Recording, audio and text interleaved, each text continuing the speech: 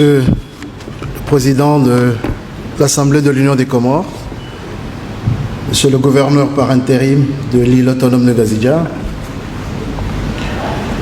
Mesdames et Messieurs les membres du gouvernement,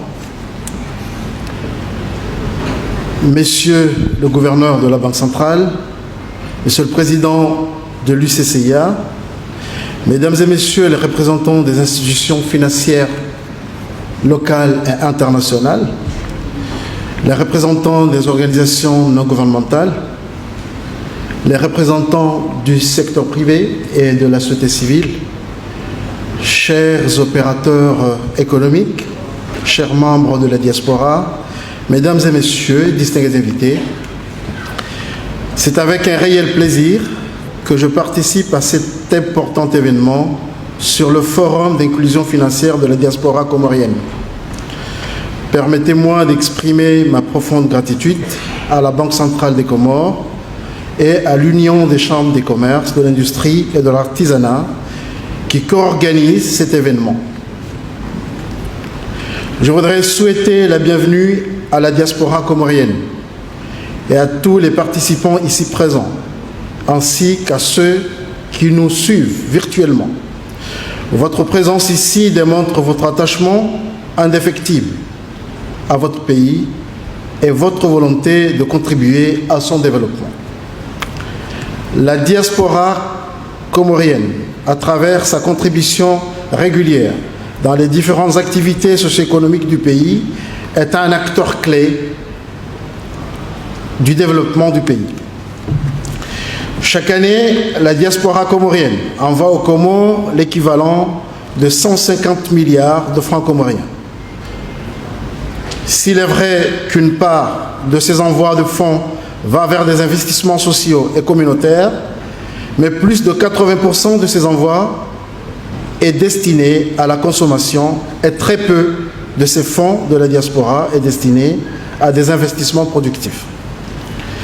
La journée d'aujourd'hui, qui sera dédiée exclusivement à l'inclusion financière, est une occasion d'intégrer la diaspora comorienne dans le secteur bancaire et financier du pays. Plus précisément, il s'agit d'orienter et d'inciter ceux qui ne disposent pas de compte bancaire aux Comores d'ouvrir un compte dans une des banques ou une des institutions financières de leur choix. Le développement du secteur privé aux Comores passe par une augmentation de l'inclusion financière.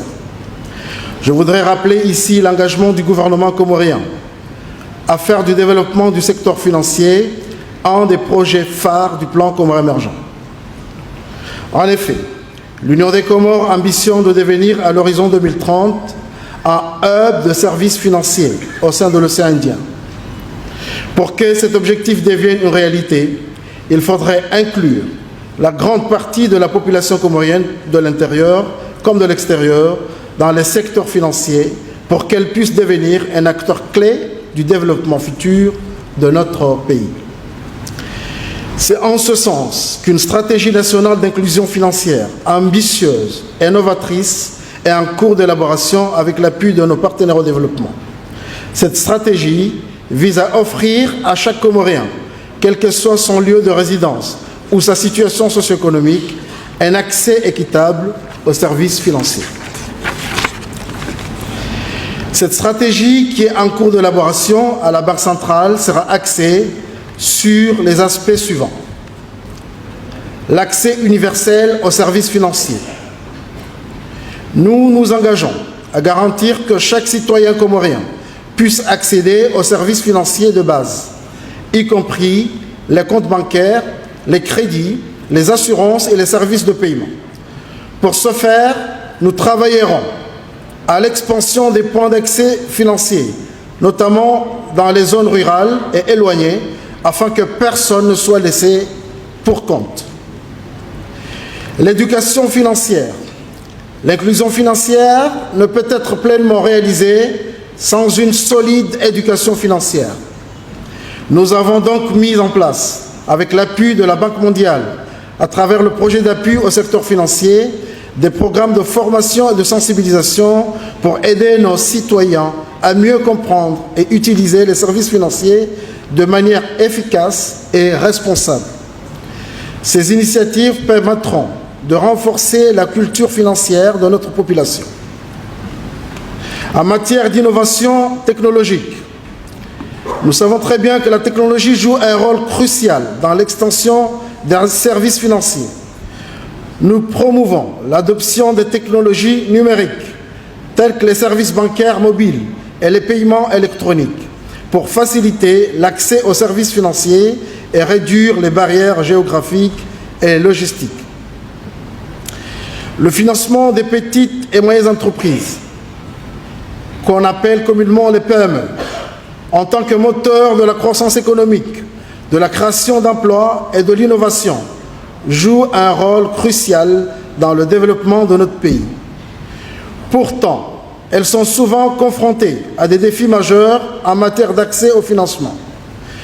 Pour que notre stratégie d'inclusion financière soit véritablement efficace, il est impératif de garantir que les PME disposent de mécanismes de financement nécessaires pour prospérer et contribuer pleinement à notre économie.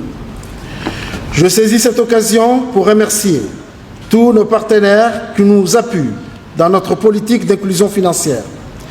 Il s'agit notamment de la Banque mondiale, qui a mis en place un projet d'appui au développement du secteur financier et qui est en cours d'exécution à la Banque centrale.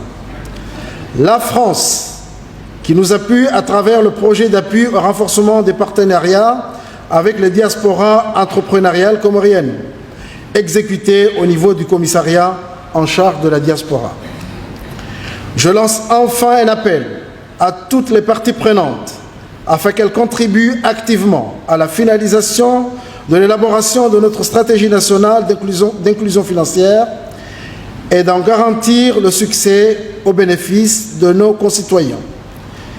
Il s'agit du ministère des Finances, du ministère de l'Économie, du ministère en charge des télécommunications, ainsi que du commissariat général au plan. La semaine de la diaspora, qui débute aujourd'hui, va offrir à la diaspora comorienne des nouvelles opportunités et perspectives pour venir investir aux Comores. Vos contributions financières, vos investissements et votre expertise sont des atouts majeurs pour notre économie et notre société.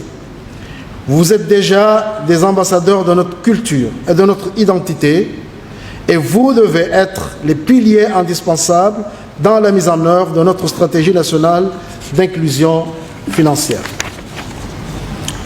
Vos transferts de fonds, vos investissements dans divers secteurs, votre expérience et vos compétences acquises à l'étranger sont des atouts nécessaires qui pourront contribuer énormément au développement de notre pays.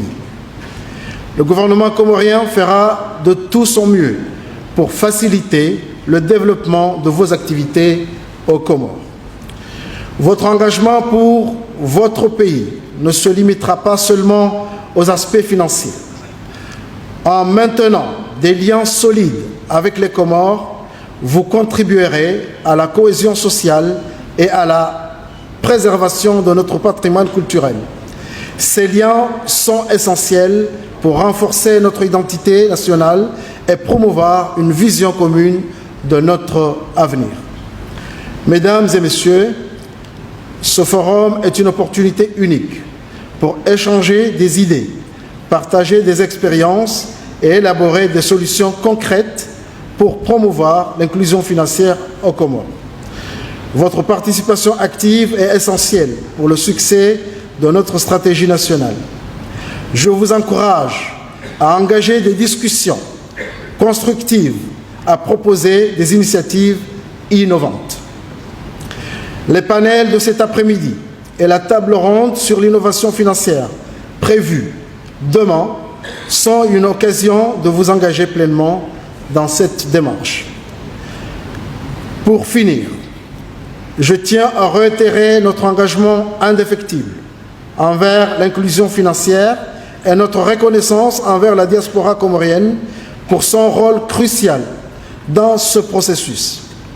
Ensemble, nous pouvons bâtir un avenir meilleur pour notre pays, un avenir où chaque Comorien aura la possibilité de réaliser ses rêves et de contribuer au développement de le Forum d'inclusion financière de la diaspora comorienne.